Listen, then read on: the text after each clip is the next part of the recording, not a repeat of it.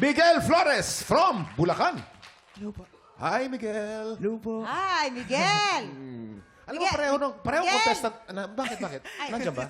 Ito siya eh. Oh, Miguel. Nako. Pareho contestant natin ngayong umaga. Oo. Pareho silang good vibes, nakangiti, Yes. mapapasmile ka. Energy. What makes you happy, Miguel? Bakit masaya ka palagi? Actually, music makes me happy. Music. Music makes me happy. No, pati ang speaking voice mo parang, yes po, papulong palagi. Okay ka lang. Tignan natin. Ano kaya? Ito, ano naman yan eh? Si Gollum yan. Golum, pagpagolum na. Yan pala. Bakit naging ganyan, Kuya Kim?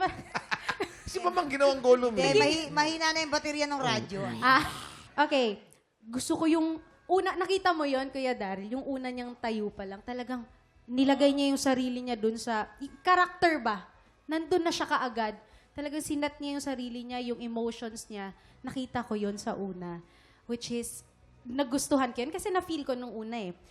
But towards the end, ang dating sa akin, parang siguro nadala ka na ng emosyon mo, ng adrenaline. Parang ang dating sa akin, parang siyang galit. So, next time, be more cautious lang na kung ano yung emotion ng kanta, kahit na madala tayo ng mga sigawan ng mga tao, i-keep pa rin natin kung ano yung nararapat para sa kanta.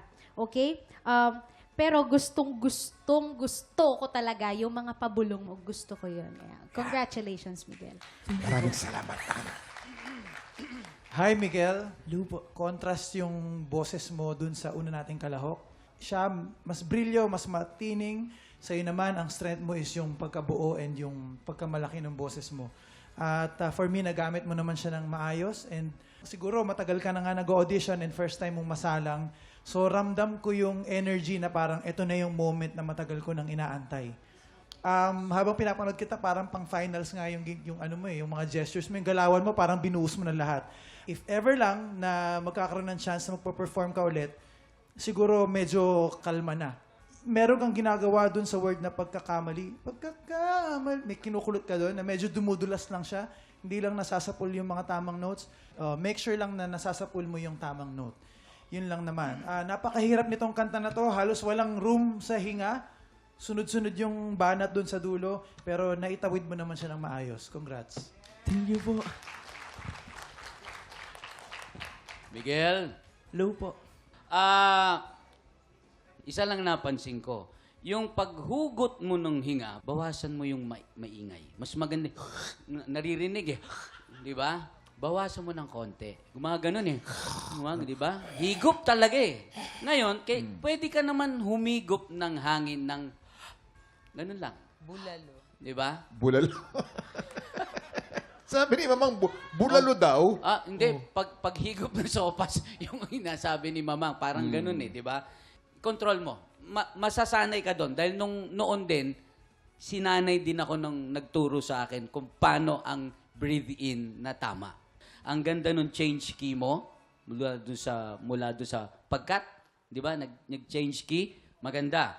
Kaya lang, nakita na halata ko na medyo napapagod ka na dun sa last chorus. Dahil may parts na hindi na nasasapol. Although, nakakalusot pa rin.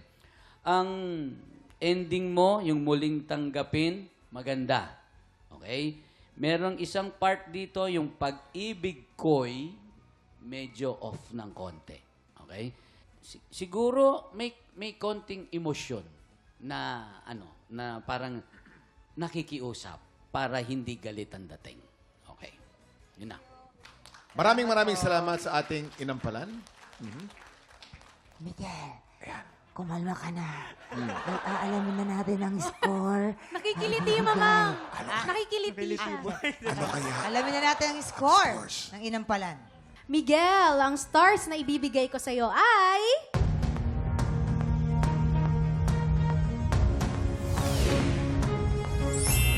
Apat na bituin. Oh. Miguel, ang bituin na ibinigay ko sa'yo ngayong araw ay...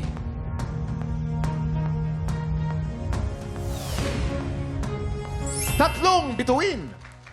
Mamaya natin ipapakita ang scores ni Daryl. Pero so far, si Lipo ay meron pong 6 stars. At si Miguel naman po ay merong 7 stars. Malapit na malapit po ang laban natin sa dalawang ito.